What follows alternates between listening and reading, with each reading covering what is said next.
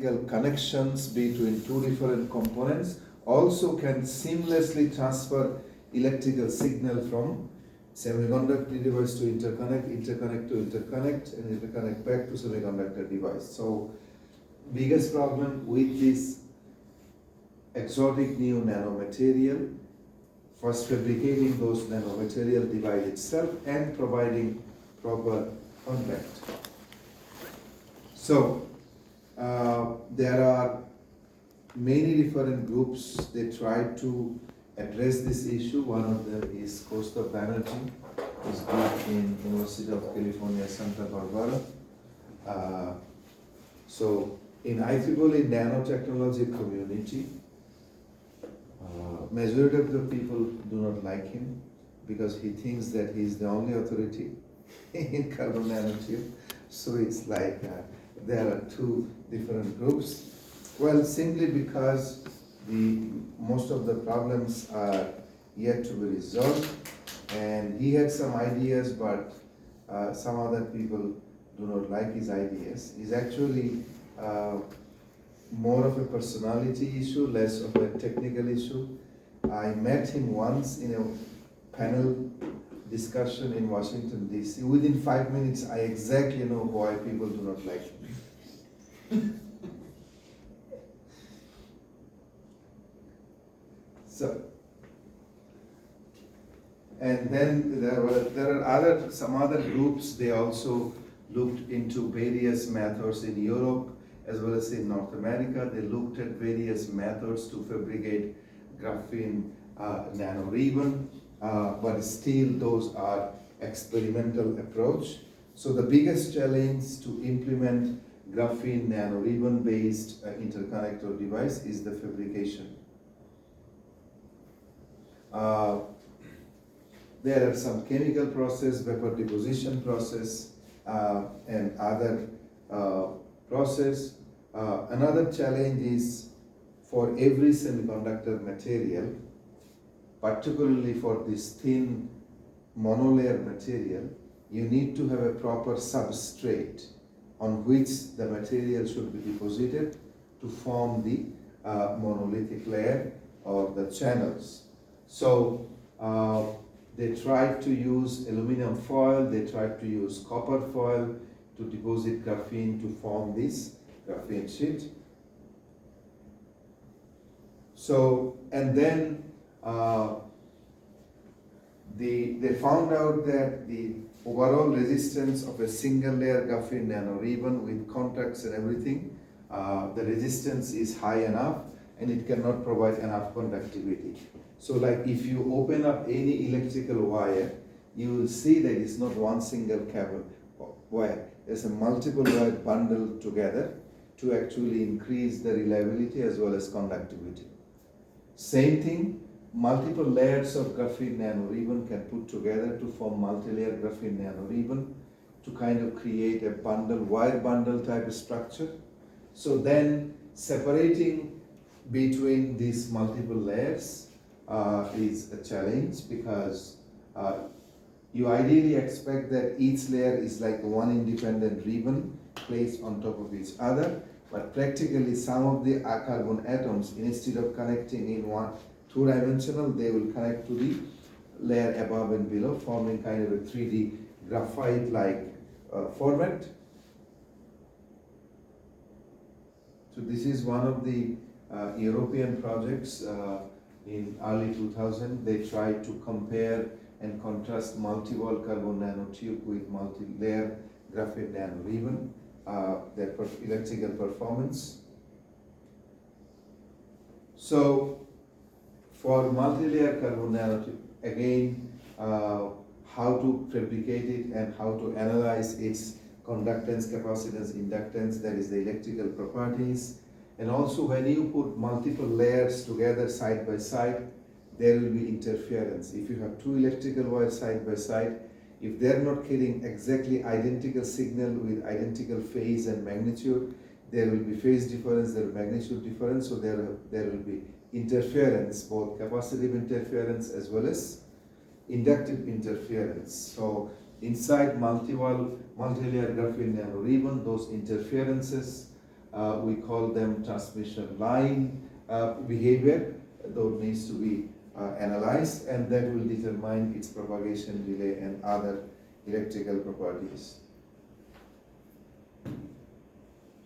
Some other fundamental issues in addition to fabrication challenge, the electrical property like mean free path in carbon single wall carbon nanotube, we know it's about 40 micrometer, but there is no straightforward way to calculate mean free path in multilayer or any graphene nanoribbon. That kind of limits ability to understand and analyze in what type of interconnect it can be used. So this is just a summary of graphene as a nanomaterial. Now let's move to another type of nanomaterial that is different from graphene or carbon nanotube. So here I'm trying to just introduce you with the basics of some nanomaterial, and then if you want to further study, then you can actually take these lectures kind of as a base reference, and then you can explore applications of each of these different nanomaterial.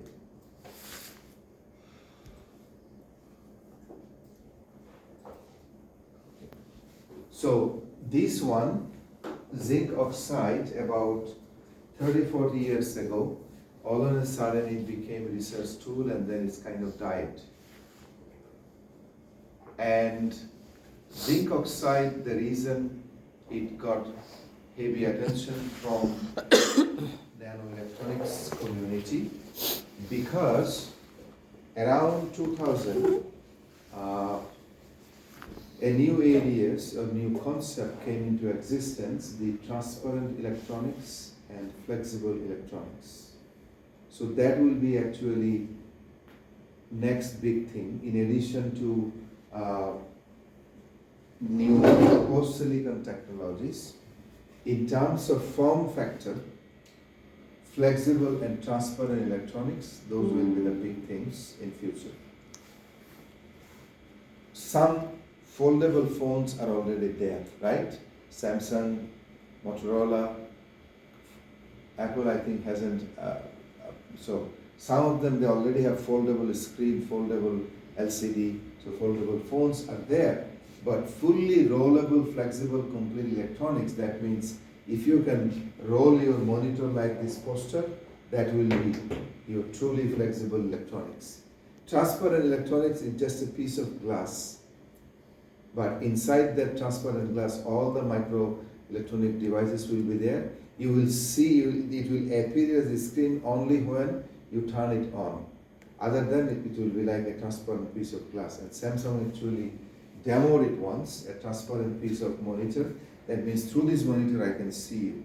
It's a piece of glass. If one part will become opaque, this part will become a display when I turn it on. That is transparent electronics. So zinc oxide is one of the potential material for those type of futuristic electronic device, but it has many other applications. So in this brief lecture part, we are going to talk about potential applications of zinc oxide and the progression of zinc oxide based research, and also zinc oxide as a hybrid energy management device. So, and we're going to look at some of their properties, from general characteristics to electrical to photovoltaic properties, as well as some limitations, and also some approaches different research group use to characterize zinc oxide nanoparticle. People who are mainly in the material science research, they know about these approaches. So zinc oxide nanoparticle potential application. One direction, as I mentioned, is transparent electronics. When they started research on transparent electronics, original focus was on indium as a base material. But indium is one of the rarest material you can have, and is very expensive, very limited in supply. So they needed something more widely available, cheaper. So they started exploring zinc oxide as a replacement of indium for transparent LCD display. And then on the optoelectronic side, there are many different types of LEDs currently we use, many different colors, blue LED and organic LEDs, and some color coding materials. They are also based on zinc nanoparticle. And also zinc nanoxide are being explored also for photovoltaic application as a junction material. Photovoltaic solar cell is nothing but a PN junction of two different types of semiconducting material, right? So organic solar cell, dye-sensitized solar cell, some of those solar cells, they try to utilize zinc oxide as the base material. In other applications, zinc oxide also shows some magnetic properties, some sensing piezoelectric properties, and all these are also acoustic properties. So there are other potential applications people try to explore for zinc oxide. So this is kind of I think this data, my student collected it around 2014 or 15, how actually the interest in zinc oxide, there is number of papers on zinc oxide published in accredited journal and conference. It started around early 2000, it peaked around 2010, and then it's kind of became saturated.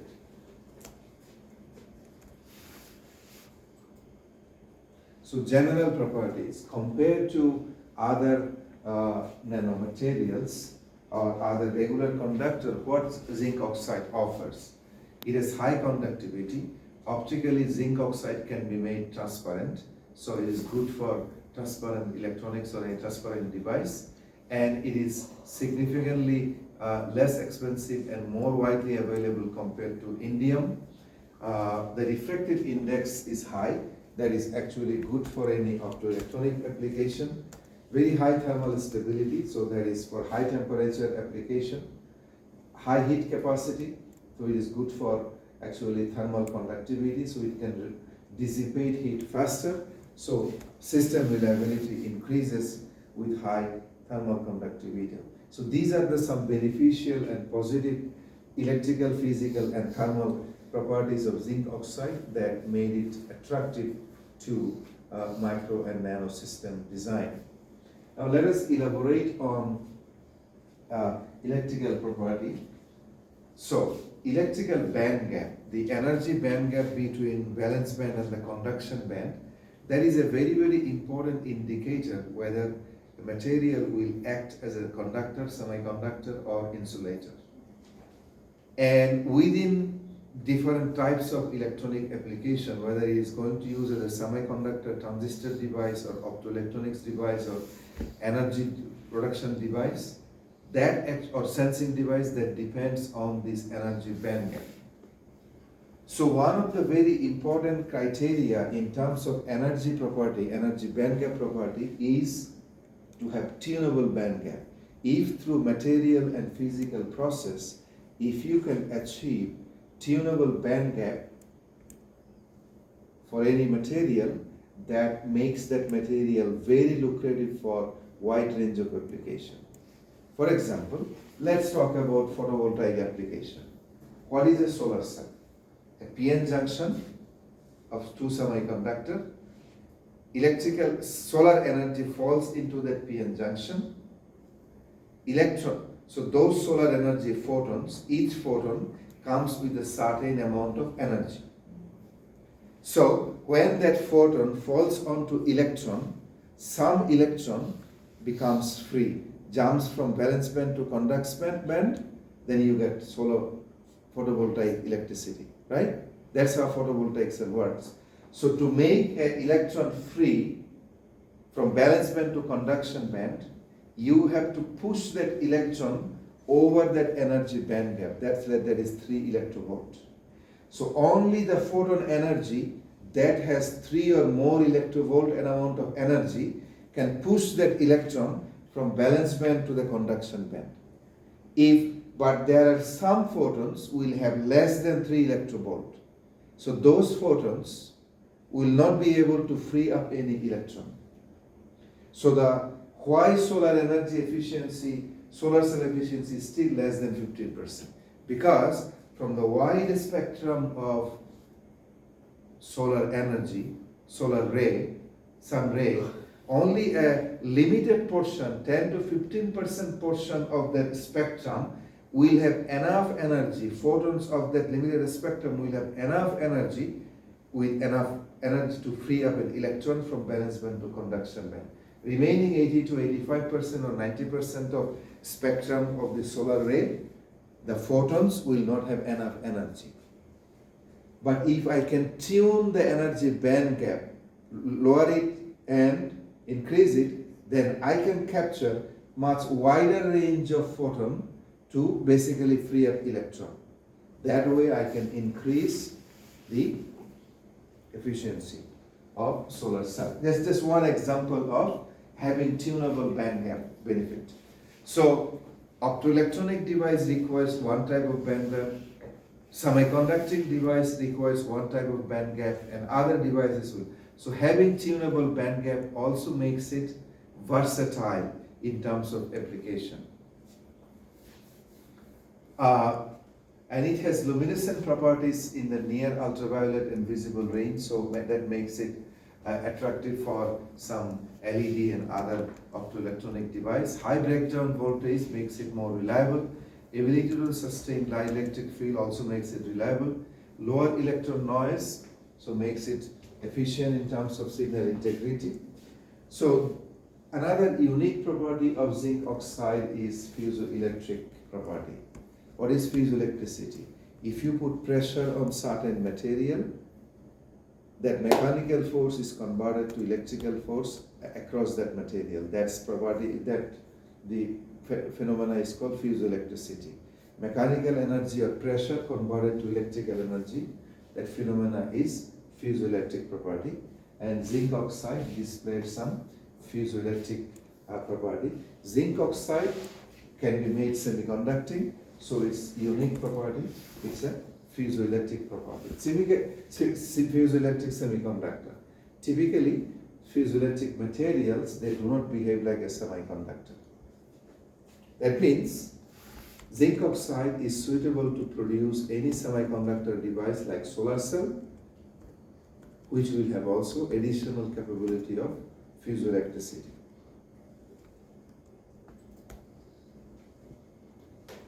So now, zinc oxide, people in industry so far, it is used as a bulk chemical, it is used as a specialized semiconductor.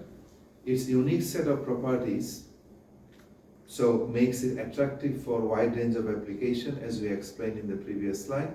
And high refractive index is also makes it for pigment or other like color coding application. And as I said, zinc oxide can be made into semiconductor device.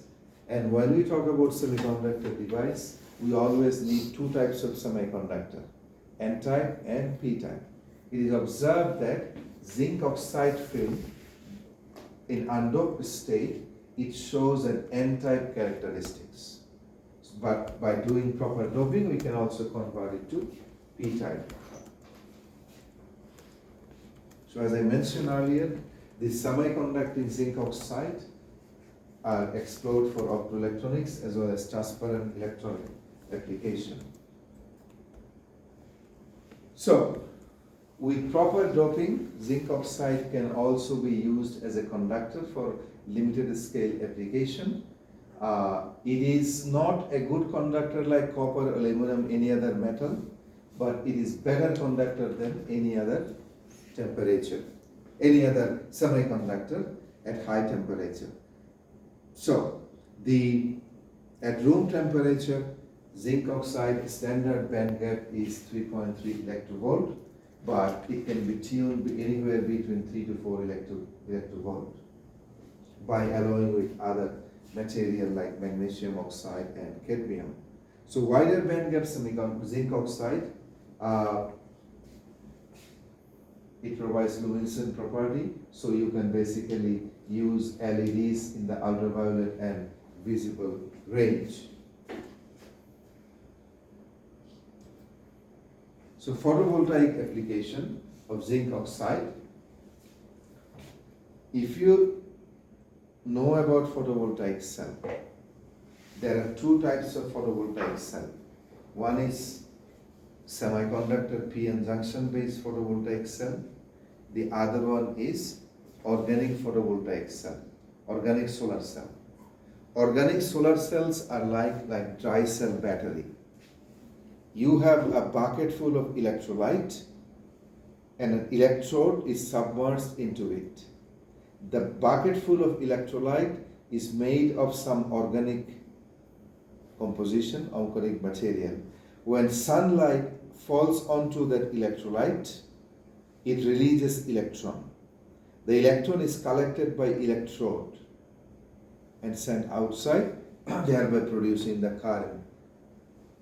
And p-n junction solar cell, incident sunlight frees up an electron from valence band to conduction band and current is formed. So there are two basic types of solar cell. p-n junction solar cell and organic solar cell, where there is like a dry cell battery, electrolyte and electrode. So zinc oxide has been explored as an electrode because of its conducting property in organic solar cell. One of the biggest problems with organic solar cell is called the shadow effect. So the organic solar cell is like dry cell battery. If you remember dry cell battery, there's an electrode, carbon electrode in the middle, and you take the positive and negative from the top and the bottom of the carbon electrode. So, but in organic solar cell is a similar arrangement. A metallic bucket holds the electrolyte. You have electrode submerged into that electrolyte. If sunlight is falling from this side, the electrode is a solid column. It is creating a shadow on this side. So any electrolyte that falls under the shadow of that electrode will not be able to generate any electron because they are not getting the sunlight, because it is under the shadow of the electrode. Only sunlight coming from this side, if this is your electrode like this, only this side of electrode will be able to release electron. Any electrolyte from this side will not be released electron because it is not getting sunlight. So because zinc oxide can be made transparent, so you have a transparent electrode, sunlight can penetrate through from this side to this side, so the electrolyte from all sides can release electron, thereby increasing the efficiency of that organic solar cell. What is the typical electrode in organic solar cell? Typical electrode in organic solar cell is ITO, indium tin oxide, two of the rarest material, indium and tin. On the other hand, zinc oxide is widely available, so cheaper than conventional ITO used in organic solar cell. That's why it has been used. The other important criteria for organic solar cell is surface contact area between electrolyte and electrode. If you have a smooth round electrode submerged into a bucket of electrolyte, it is a smooth shape, so only the surface area is available for the collection of electrons from the electrolyte. If this surface area is like rough, you have like small column or small pores around the surface of the electrode, for the same diameter, you will have much higher contact surface between electrode and electrolyte. So surface contact area between electrolyte and electrode is a very, very important design matrix for organic solar cell. Even it's a very important design matrix for dry cell battery, conventional dry cell battery. So zinc oxide nanostructure, by shaping it properly, it can provide more surface area, thereby increasing that organic solar cell efficiency, because more photo-generated electron can be collected because of the increased surface area of contact. And zinc oxide can be converted to 2D and 1D sheet like graphene sheet, or 1D like nanowire arrays to actually work as an energy generation unit as well as energy conduction or energy path electron unit. And also you can make a spherical shape 0-dimension zinc oxide for quantum dot solar cell. So these are some of the different ways they have explored, researchers explored to use zinc oxide in photovoltaic cell. The piezoelectricity. Zinc oxide, it is observed that it has piezoelectric property. That means, and it is semiconducting, that means if you basically apply mechanical force, it can convert it to electrical energy. This electromechanical coupling makes it very, very attractive for certain application. So, one of the application is if you want to increase your energy production, particularly for wireless sensors.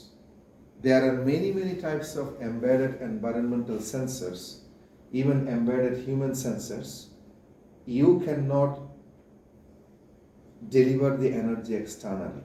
Or let's say you want to monitor an ecosystem of some North Pole area through sensors. You can go there once, deploy all the sensors, but physically you cannot go there every now and then to change the battery. It has to harvest the energy from surrounding environment. So in those type of wireless energy system, wireless sensor network, where you need to harvest energy from the surrounding, if you, in the North Pole, the reason I am giving the North Pole example, you will not have sunlight available always in the North Pole. Sometimes you will have 24 hours of sunlight, sometimes you will not have any sunlight for 2 months, right? So in this type of environment, or in any environment, even a normal environment, if you can have more than one simultaneous energy generation mechanism from the same source, that makes your system more reliable and more versatile. So if you want to power a set of wireless sensors using zinc oxide photovoltaic cell, which should be made out of zinc oxide semiconductor, if you can achieve piezoelectricity also, if sunlight is down, wind pressure can create mechanical vibration and it can generate some electrical energy using piezoelectricity, right? So it's a dual purpose energy generation used from the same material, same device. And then because of this piezoelectricity, zinc oxide has been explored for other applications like resonator, controlling tip movement in very precision scanning electron microscope and recorded vibration sensors. Because smallest vibration of change in vibrational pressure will create very small amount of energy. That energy may not be sufficient for driving any regular device, but when you are talking about very highly precision electron microscope scanning microscope, slightest variation of pressure should be registered. Because of the piezoelectric property of zinc oxide, that material can be used for those type of scenario when you want to register the slightest variation of electricity or pressure. So this is a experimental project from this group, and it was published in one of the leading journal. So they tried to devise a zinc oxide based hybrid energy harvesting. It's a solar panel made of zinc oxide based PN junction photovoltaic cell. So the idea is this will generate photoelectricity. Also, because zinc oxide is piezoelectric in nature, if you put pressure on that mechanical energy through electrochemical conversion will convert to electrical energy. So if you want to basically deploy it in anywhere with high wind environment under sunlight, it will not only generate electricity energy from solar sunlight, also it will generate electricity from wind pressure using its piezoelectricity. And most of the sensors we use, embedded sensors, they're very, very low power devices. So this type of energy would be sufficient. If you have more than one mechanism to generate energy, so that can be used. And this is basically structural arrangement of materials inside each of the solar panel plus piezoelectric device.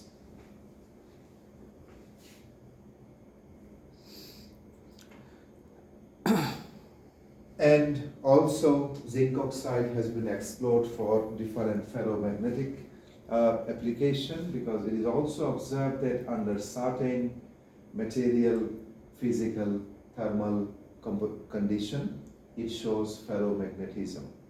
And as you know, ferromagnetism has many, many different applications, including modern days magnetic ramps.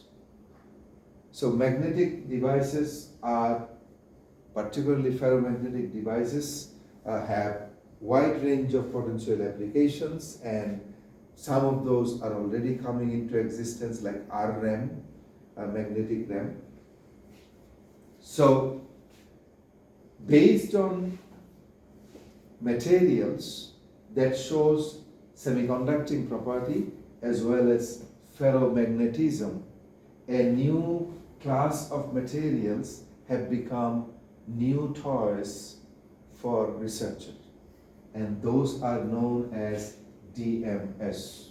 I think you would know, right? Yeah. DMS is a group of materials, not only zinc oxide, under the umbrella of DMS, dilute magnetic semiconductor. There is a whole series of new materials. It's another huge research area by itself. As I told you at the beginning of this course, each slide is the introduction of a whole new research area. So DMS, this is it for applied material science people as well as applied semiconductor device and material people. This is a huge new area. So DMS, zinc oxide, is one of the many potential DMS material.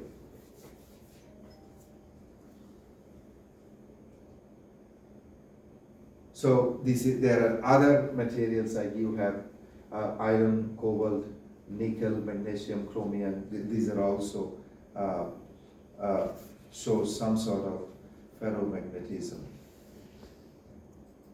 One of the important application of any ferromagnetic or ferroelectric material is memory, storage device. Why? Anyone can answer why? Ferroelectric material and ferromagnetic material, these are very good candidates for any storage device. Once the polarity switches, it doesn't need any power, like constant voltage source to store the data. It can store it for like a long time. That is how it stores, but why?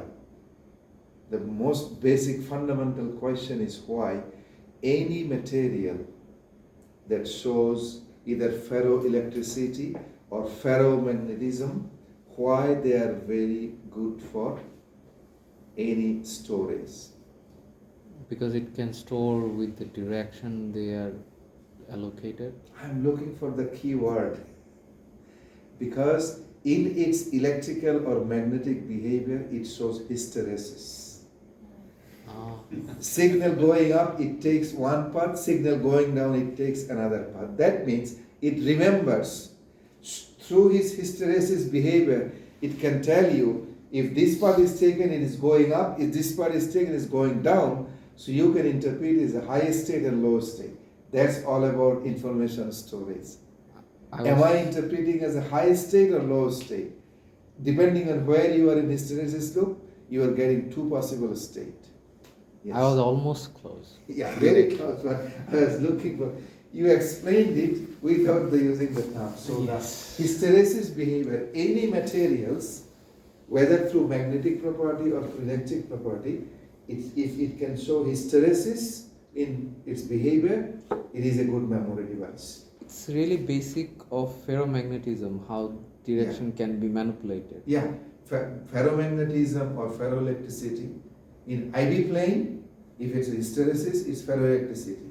In magnetic plane, magnetic behavior, in magnetic flux versus energy plane, if it shows hysteresis behavior, then it's ferromagnetism, right? Yes. Just on topic, like in nanotech or any other tech, what we do research, we use the basic things, basic knowledge, and implement it in a very innovative way to make this kind of technology. That's Yes, so when we talk about nanotechnology, it is not that something new we are introducing. It's a different scale. The complexity is when material scales and dimension changes, some of the conventional physical, electrical, magnetic properties do not change linearly. With the dimension, as you go down below certain dimension, it changes. So we have to deal with this, but you are right, the basics, we are still within the boundary of fundamental laws of physics, right? So now what are the constraints of, so far we have talked about many different prospects of zinc oxide, then why it didn't get a mainstream material. Still it is under research. The reason it didn't get, because for every semiconducting device, whether photovoltaic cell or a regular transistor or optoelectronic device, you always need N-type and P-type. Obtaining stable P-type zinc oxide is still very challenging. P-type doping, they tried to do it but with very limited success. So that's why reliable PN junction, whether for solar cell or for MOSFET type of device or for sensor, obtaining reliable PN junction device is actually still very, very challenging. So this is just a summary of a big part of research done by one of my former students. So, as I said, this is just an indicator for you about different types of nanomaterials and nanotechnologies. So, if you want to explore zinc oxide as one of the potential nanomaterial, so this lecture has lots of references.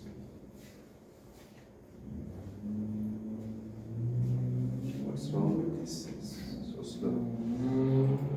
Okay. Now let us look at another example nanomaterial.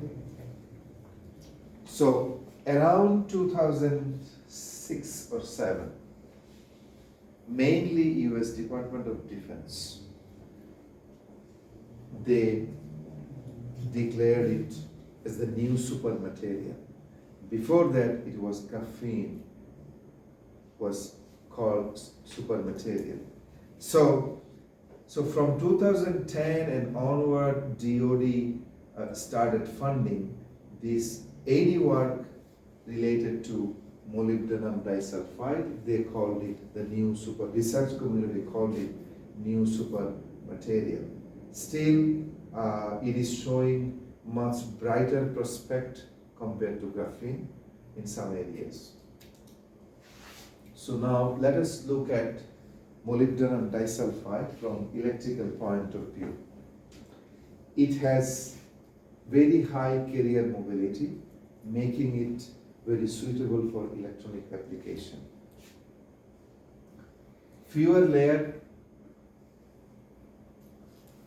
in terms of its atomic structure, and it has very, very high density of states, and it has the very high current drive capability. It can also provide very low subthreshold swing. Remember that as subthreshold swing, 60 millivolt per decade. If you make a device out of molybdenum disulfide, it is showing that it has the ability to provide lower subthreshold swing, making it suitable for ultra low power application. Also, it has superior immunity to short channel effect. One of the biggest problem with MOSFET transistor, as we make it shorter and shorter, short channel effect leads to higher leakage, leads to other problems. So it has immunity to short channel effect to some degree, and it has dielectric constant, lower dielectric constant, heavy effective mass. Heavy effective mass is good for on-off current ratio.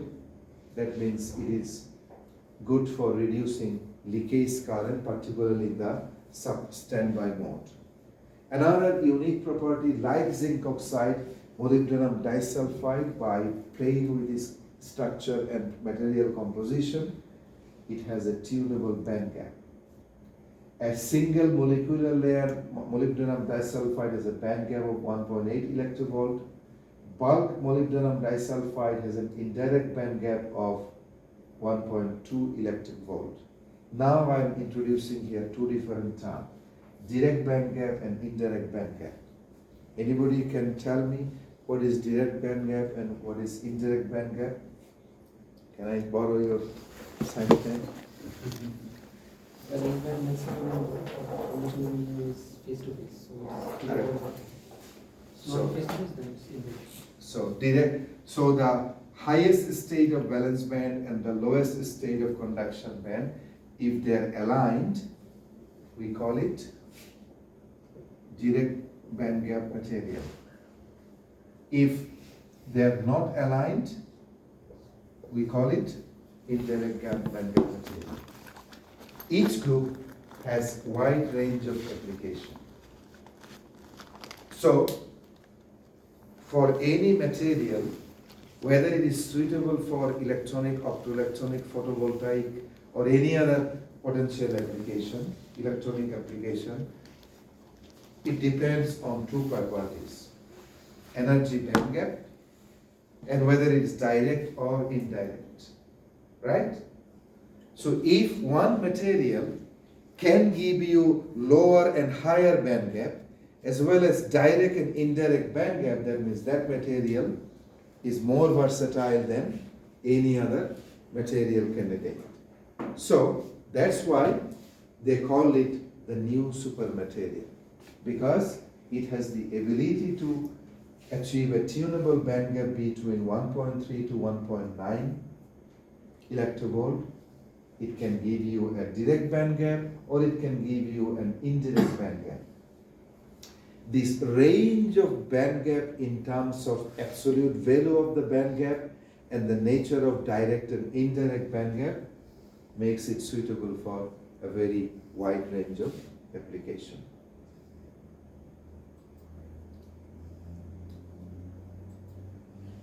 So, this is what we've been talking about.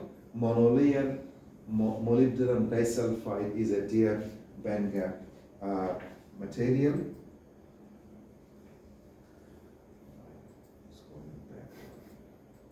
Okay. Come on, come on.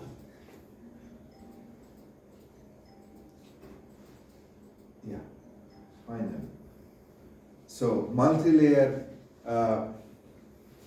molybdenum disulfide is has indirect band gap, so it also has its own application. So from physical point of view, what are the physical properties we are talking about?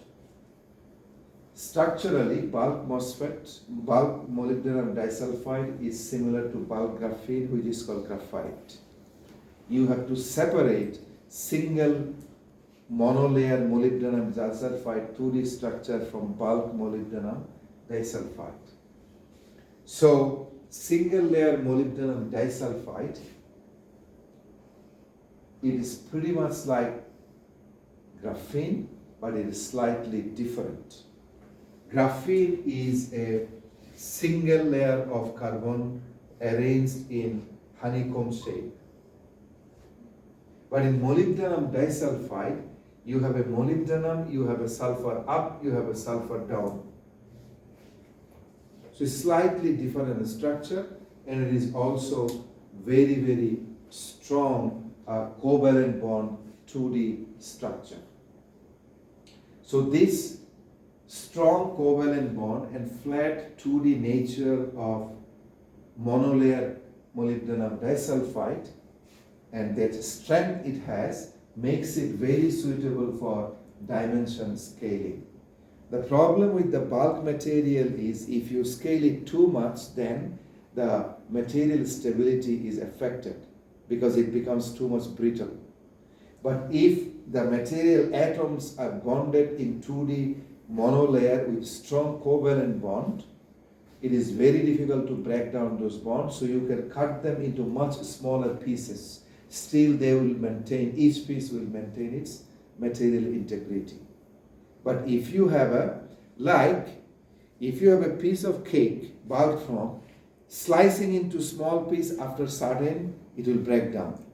But if you have a sheet of paper, you can make it very, very thin, narrow ribbon-like layer, and it will maintain its structural integrity, right? So there is the difference between a 2D versus 3D structure, scaling limitation, right? I'm just hungry, that's why the cake and something came. So any material, if it is, you can form it in 2D flat nature with very strong covalent bond, dimensional scaling is very easy. You can make it very smaller.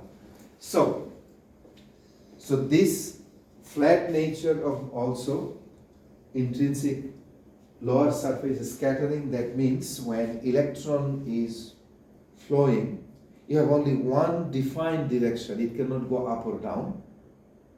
As electron flowing forward through a conductor, it scatters up and down. Scattering means it deviates from its directed path. That is called scattering.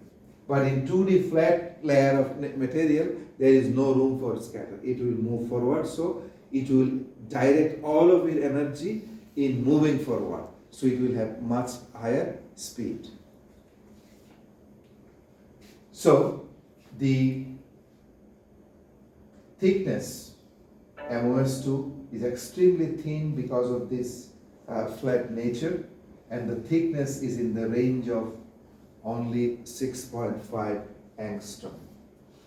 So very thin silicon dioxide, because molybdenum disulfide, because of its semiconducting nature, we can theoretically develop transistors of this thickness, which is fraction of a nanometer, right?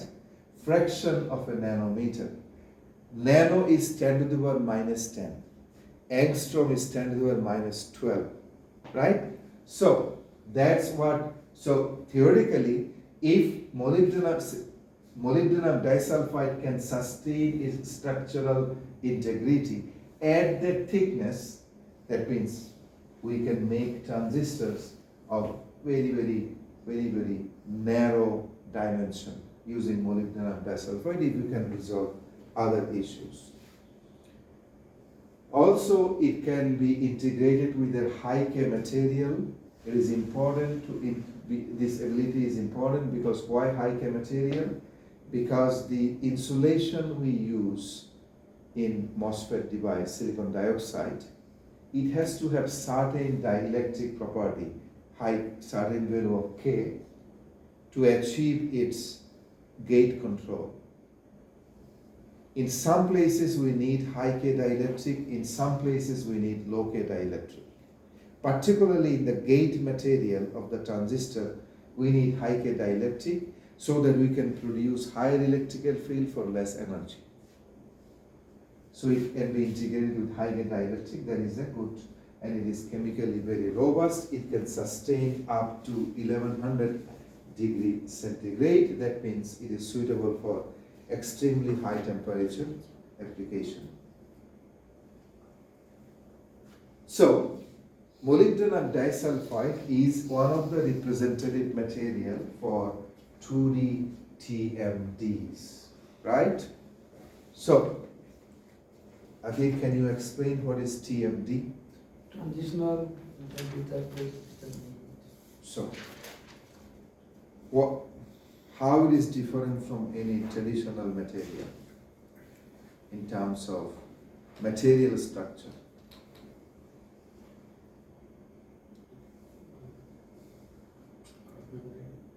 Okay. So, let's talk about, I will try to get some material based on TMD because this is something all of you need to understand. But 2D material, under the 2D material bigger group, TMD is one of the subgroup. But let us first talk about why 2D material in general, why micro and nanoelectronics world is looking for alternative to silicon, and one of the most promising alternative is 2D materials. The question is why 2D materials? Silicon-based, bulk material-based technologies, they are reaching its scaling limit. But some of our applications moving from gigahertz to terahertz level. So at that high frequency where we need much faster computational device, and for some application we need terahertz level frequency, and on the other hand, for some application we do not need high frequency, but we need ultra low power operation like sensors. And for all those smaller dimension electronics, for some we need ultra high frequency, we don't care about energy efficiency. For some, we need ultra low power energy efficient operation, we don't care about frequency at much lower dimension. How do we achieve these at much lower dimension? Universally, the agreement is that silicon type bulk material will not be able to provide that level of scaling dimension, right? Scaling down.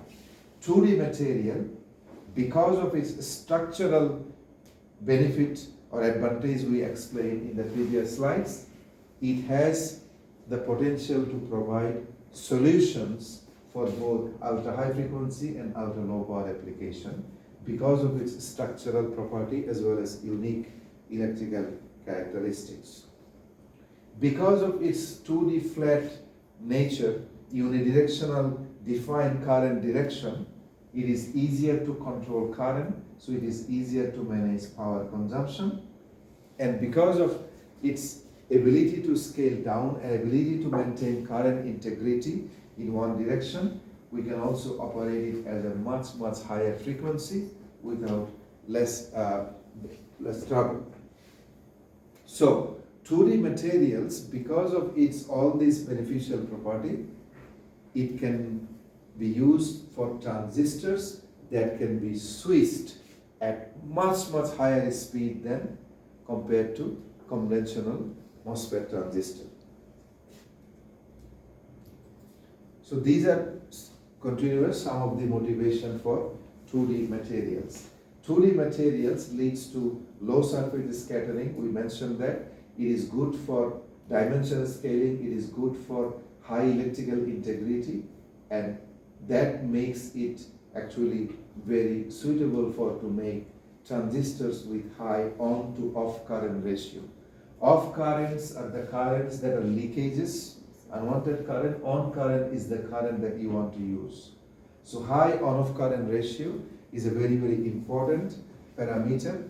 Another electrical property, as we mentioned, is tunable band gap that makes it suitable for wide range of application. One of the major fundamental problem of graphene is a zero band gap semiconductor. That makes it very difficult to control the electrical properties of graphene. And that is one of the reasons why graphene-based transistors did not become a reality. Because it has a finite band gap, that means it is a true semiconductor. Band gap close to 1.3 to 1.9 electric volt versus 0 electric volt for band gap. So it is the control, much precise control can be achieved if we use molybdenum disulfide as 2D material. So, in general, silicon has much wider band gap. To lower the energy operating power, research community is moving towards any semiconductor material that can show an energy band gap between 1 to 2 electrovolts. And molybdenum disulfide falls right in that category. There is another reason they call it the new super material.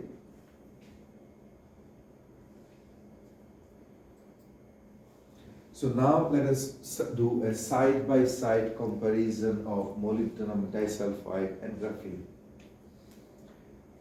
This is a traditional single layer graphene sheet. This is the molybdenum disulfide, where each molybdenum atom is connected to 2 sulfur atoms. So, like graphene, it also has molybdenum disulfide has very high thermal stability, and it doesn't have any dangling bond, and few other properties make it very, very attractive for transistor-like switching device. But on the other hand, graphene, as I mentioned in the previous slide, it doesn't have a band gap. It's a zero band gap material that makes it very difficult to control its electrical property. So it is not very suitable for semiconductor device. What is dangling bond means? What is dangling bonds? It means not strong? Dangling bonds means some of the atoms in the atomic structure will not have their bonds complete. Each molybdenum atom must form bonds with 2 sulfur atoms. But if a molybdenum disulfide is here and it has only one bond, the other side is dangling. That means you want to hold the hands of 2 persons to form a circle. But you are at the end of the line, the other person is over there, so you're holding one hand, this side is like hanging, right? That is called dangling bond. So, molybdenum disulfide, it has much lower dangling bond, that every molybdenum and every sulfur atom will find a way to form a circular shape like this. That makes it physically and material point of view more stable.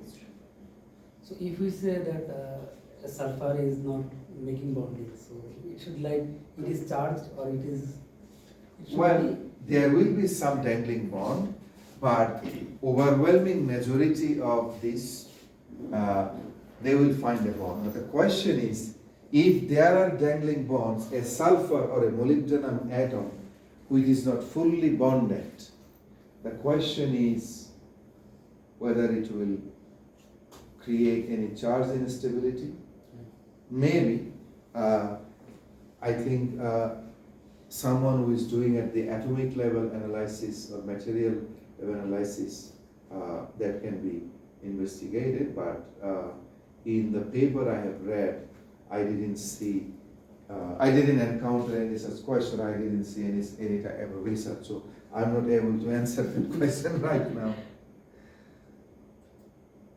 So this is a side view of molybdenum disulfide atomic structure. The dark blues are molybdenum, the greens or yellow types are sulfur, up and down, and they are kind of forming, it's basically closely placed 3 atoms on top of each other. The force between adjacent layer of molybdenum disulfide is weak compared to adjacent layer of carbon atom in graphite.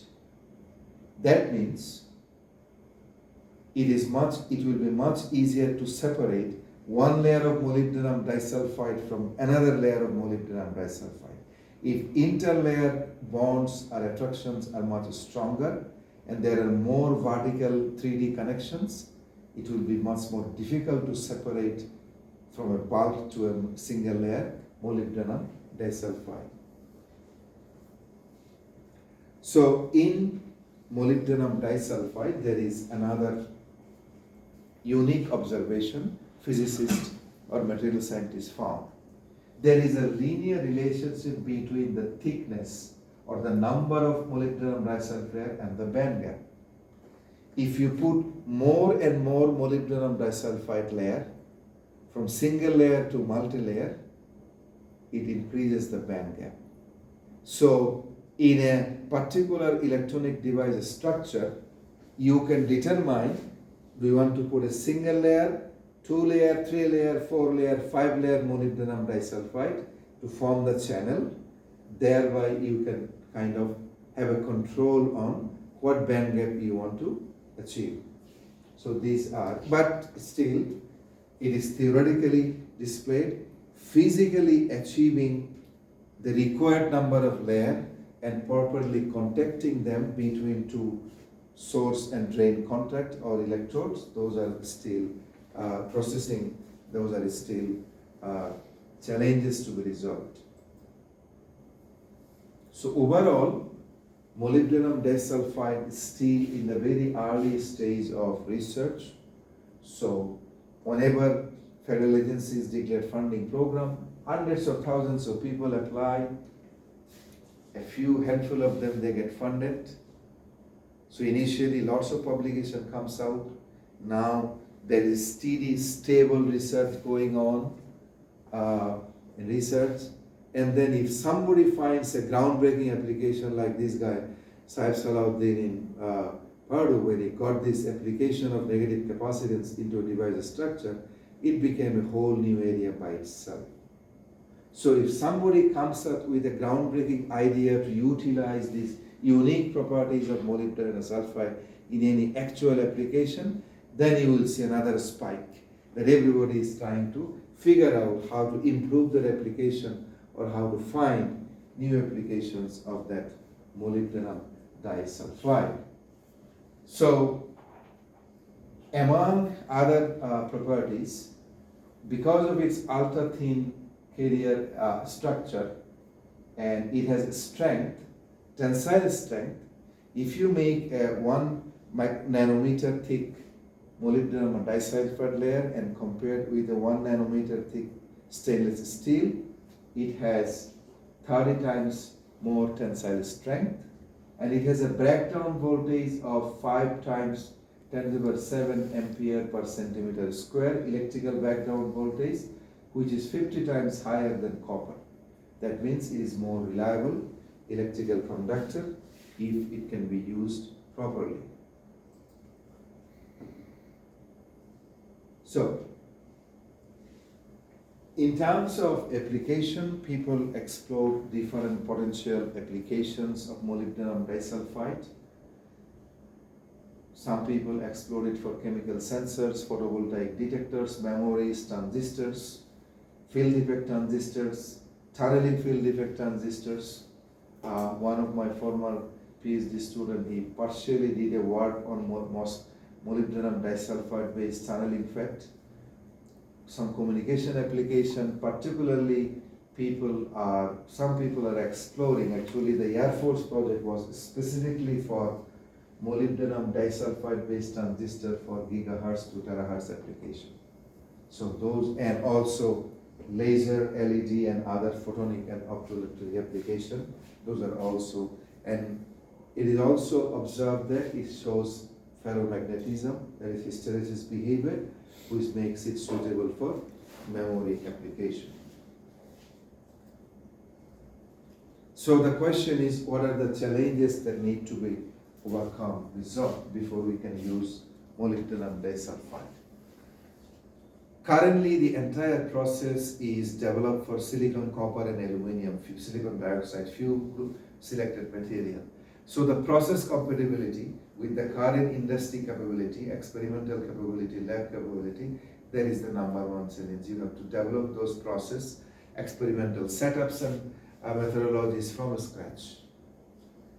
The required improvement regarding integration ability with existing application. One of the big requirements for any new application is you have to be able to integrate it with existing device. You cannot come up with a new holographic phone without the ability to connect it with local wireless tower or with Bluetooth, with Wi-Fi connections, right? It has to be compatible to what existing you have. You cannot just completely change the platform all on a sudden. It's a gradual transition. So how do you integrate molybdenum disulfide based technologies with current processing and current application? That is one of the biggest challenge we have to resolve. The current CMOS fabrication process, hundreds of billions, even trillions of dollars invested over the last 70 years. So those CMOS fabrication process cannot handle 2D nanomaterials. So new fabrication process must be developed. Doping of molybdenum disulfide is important for any new material, because every time you are talking about an electronic device, you are talking about two types of semiconductor, N-type and P-type. And you need to do proper doping to achieve N-type and P-type, like silicon. So those are still some of the problems we have to resolve before we can confidently say that yes, molybdenum disulfide can be used for so and so application. One of the requirements for any logic transistor is you have to have a gate contact, gate material. So you have to find suitable gate material, contact material, and you have to make sure that that material, as it touches one material, when it touches a different material to provide the contact, at the surface, at the contact, on both sides there is a difference of physical, electrical and material properties. If the mismatches are too high, then everything you gain from using molybdenum sulfide will be lost at the interface. So those interface material has to be compatible with molybdenum disulfide, not only to provide the physical connection to ensure higher mobility of charge carrier from that molybdenum disulfide to the external conductor. So those interface material, gating material, contact material, to ensure that all the good properties of molybdenum disulfide can be preserved, can be utilized, is very, very important. So I'm just jumping ahead. So contact materials and fabrication processing techniques for molybdenum disulfide, these are yet to be developed. So, but this is the same problem. It was the same problem when Bell Lab introduced the transistor. It was the same problem when Texas Instruments introduced the concept of integrated circuit based on silicon-based transistor in 1960s, right? So down the road, 30 years or 40 years from now, one of the many new materials we have been talking about will become reality. But until then, research community will keep doing research at the theoretical level, at the computational level, using small scale experimentation, right? So, if you want to build a career in this area, so then at the material level you can basically pick one of those new materials and then explore different options. So that is the end of this lecture on futuristic nanomaterial. These few I have used in this lecture, these are just examples. By no means this is a comprehensive list. I just picked one from each type as a representative material to just inform you that there are material level research going on. So next Thursday, I want each one of you come prepared for exactly 7-minute presentation. So 7 minutes. So that is another important thing, that maintaining the time. You want to make as comprehensive presentation as possible based on what you have read